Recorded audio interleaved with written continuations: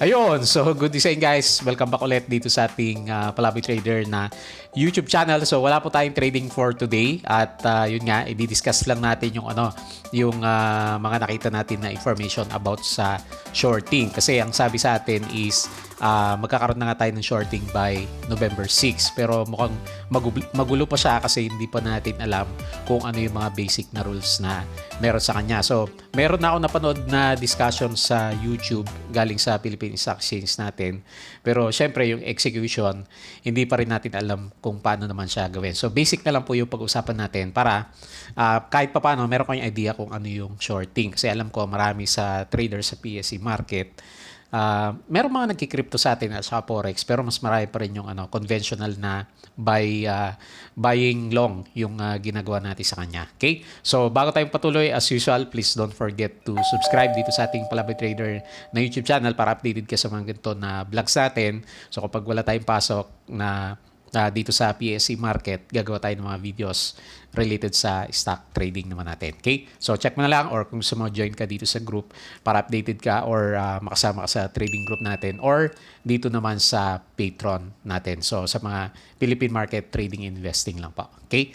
So ngayon, yung nakita natin na information, pag pumunta ka dito sa Philippine Stock Exchange natin, so meron na siyang example dito ng SPL and short selling. So meron na siyang announcement. So by November 6 nga po yung temporary na start natin sa kanya. So most likely marami tayong makikita na hiccups or siguro mga problema during that time. Pero at least mag-i-start na nga sila. Kasi 2018 pa, meron na tayong mga napapanood na video na gusto nga magkaroon ng short selling. So sa mga worldwide na mga stocks, yung Philippine market ang isa sa mga naiwan sa shorting kasi sa iba meron na nga po sila. So ang pinaka-purpose ng short selling niya is yung sabi niya, unlock additional liquidity and generate market activity. Kasi pwede ka nang mag-trade sa pababa at saka pwede ka nang mag-trade sa pataas na markets natin. So enable efficient price discovery and then support investor trading strategies like arbitrage and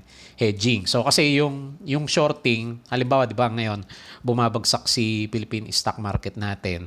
So wala tayong chart dito, no? Bukas kaya tayo ng chart. Ayan, galing kay Investa yung yung isang titingnan natin ng mga rules na nabasa natin. Tapos magbibigay din ako ng konting example sa kanya para may konting idea tayo kung ano yung epekto sa atin ng shorting. So, ngayon kasi 'di ba, itong PSE market natin pababa.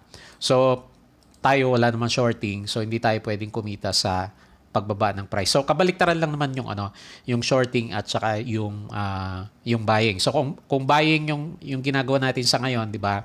Hindi tayo pwedeng kumita kapag bumabagsak yung stock. Kasi buy tayo, ibig sabihin pag umakyat lang nag-positive yung movement ng stocks natin, doon lang tayo kikita sa kanya. So whereas kapag meron tayong shorting, yung pababa na yan, di ba, daming stocks na bumaba. Halimbawa, nag-trigger ka is short or sell yung clinic mo sa kanya, pwede kang kumita sa kanya. Halimbawa, nag-drop siya ng 5%, negative siya.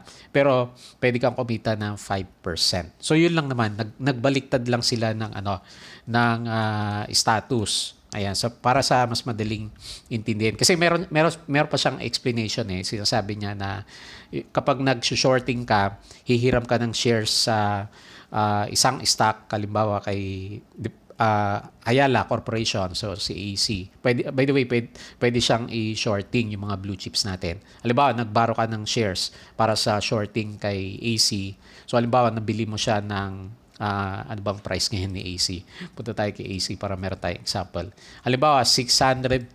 So, nagbaro ako ng shares sa kanya. Shorting nagbaro ako ng shares. Tapos, bumaba pa yung price niya. Halimbawa, bumagsak pa siya. Kasi bear nga yung market natin. Bumagsak siya and then nag-close, nag-stay siya dito sa 585. So, meron siyang drop na 3%. So, ngayon, yung binaro ko sa 603, pwede ko na siyang ibalik. Pero ang presyo niya is 585. So, mas mura na siya doon sa bili ko. Kaya yung price difference nung dalawa, yung pagbili ko sa kanya is yun yung kita ko naman sa kanya.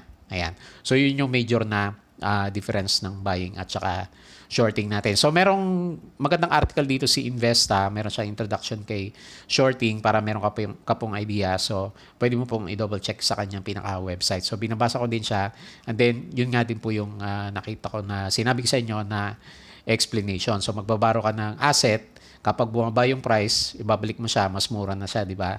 So, meron kang kita sa kanya kasi yung initial na baro mo sa kanya is mataas. So, kumbaga may tubo yung pinasok mo naman sa kanya. So, kikita ka lang sa shorting kapag bumaba yung price. So, syempre yung opposite nun, kapag nag-short ka tapos biglang tumaas yung price, lugi ka naman. Yun naman yung risk dito sa shorting. So, makita mo dito. Halimbawa, 603, nag-short ka pero yung price natin is umakyat siya. So, halimbawa, nag-627 siya, no? So, ngayon, pag sinukat mo yan, mula dyan hanggang dito sa taas, pwede kang malugi ka naman ng 4% sa kanya. Ngayon, hindi pa masyadong malinaw dito sa Philippine market kung meron tayo yung tinatawag na leverage. So, kasi sa crypto at sa forex, may mga multipliers yan. So, pwedeng 10x, pwedeng mag 40% ka agad yung loss mo sa kanya kapag nagkamali ka. So yun yung mga risk na involved naman doon sa pag meron kang mga multiplier or tinatawag na leverage. Hopefully wala muna para masanay tayo dito sa Philippine stock market natin. Okay? So anong benefits yung meron sa shorting? So bakit ba in-implement? Bakit kaya nahuli sa Pilipinas? So meron siyang pwede ka mag-profit kapag bumagsak yung price. Kung short yung ginawa mo sa kanya. Ang ginagawa naman ng iba, hedging. So, bakit hedging? Halimbawa, meron akong binili dito kay AC. So, buy ang ginawa ko sa kanya. Tapos, pabagsak yung price. Halimbawa, bumabagsak. Halimbawa, bumagsak sa dyan, nag-bounce. No? Tuwan-tuwa ka, nag-bounce. No? Tapos, biglang nag-drop siya. So, pwede pa siyang lalong bumaba. So, ngayon, pwede kang mag-short dito. So, although lugi ka na ng 3%, pwede kang maglagay ng short dito na position, same sa amount ng meron ka dito nung nag-buy ka sa kanya. So, para nagkokontrahan sila, di ba? So, bumababa yung price, yung short mo kumikita, pero yung long mo natatalo siya. So, hedging. So, parang nandun lang yung price, yung loss mo, hindi na siya nagbabago. Tapos, pag makita mo, mag-reverse na siya, medyo malinaw na yung reversal, then pwede mo nang i-buy ulit yung short mo. Ayan. So yun yung gamit ng hedging naman sa kanya. So ang problema lang, mas may risk ang shorting sa trading. Kasi okay, meron yung tinatawag dito na short squeeze. So meron tayong kapag halimbawa bumabagsak yung isang stock, halimbawa na lang si EC example natin, bumabagsak siya tapos hindi natuloy yung halimbawa hindi natuloy yung drop. Tapos bigla siyang bumalik, bigla. So tanggalin ko muna to para hindi tayo malito.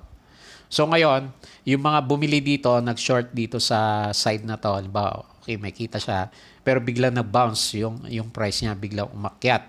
So meron ka ng loss na 4% ngayon. Ngayon, yung mga nag-short dito sa area na to, mag-uunahan yan sa paglabas kasi pag halimbawa nag-breakout siya, pwede pang lalong tumaas yung price, lalaki yung loss. So tapos yung mga nag-buy naman, yung mga bullish naman, nag-long, so pwede ring mag-buy dito sa breakout kasi para mag-add ng position. So dumadami ngayon yung gustong mag-buy, yung mga short sellers gustong i-buy para i-close yung position. Tapos yung mga buyer ng long terms gustong i-buy. So mag-uunahan ngayon yon. So biglang magkakaroon ng spike ng price. Madalas yan sa crypto. So ang mangyayari niyan, biglang pipitik yung price niya. So pwede kang malugi kaagad diyan. Kasi pwede siyang umabot ng 100% na pitik. So depende sa kapag volatile yung stocks. So pwede siyang umabot kaagad. Halimbawa pwede siyang umabot kaagad ng 17%. Then, makita mo, lugi ka ng 20%, saka ka mag-cut.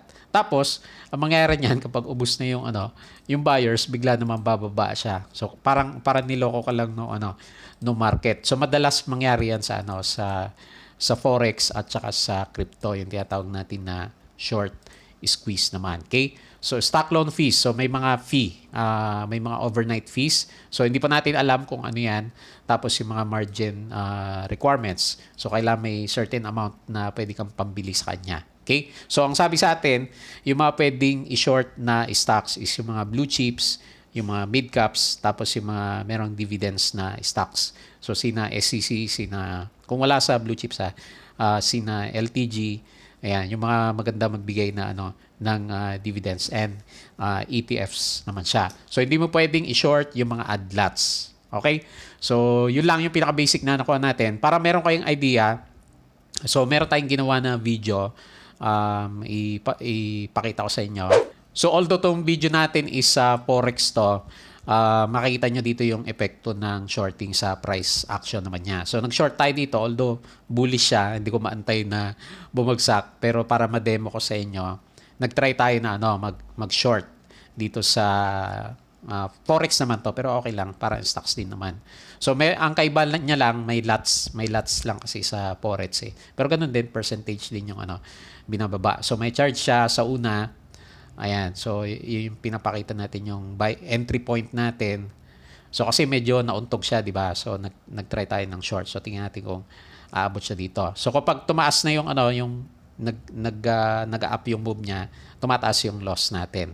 Ayan, so yun yung gusto kong ipakita sa inyo na example dito, yung epekto ng shorting kapag pumitik sa taas, syempre bigla ka malulugi sa kanya. Pero pag pumitik sa baba, the other way around, pwede ka namang kumita sa kanya. Ayan. So, hindi ko pa magets kung paano gagawin sa Philippine stock market. Ano yung buy at saka sell button natin sa kanya, kasi sa forex meron siyang mga stop order, may limit order na mga tinatawag. So, parang mga predetermined points kung saan ka mag-stop loss, saan ka magti-take profits. So, ito kasi may feature tong broker na to. Ayan.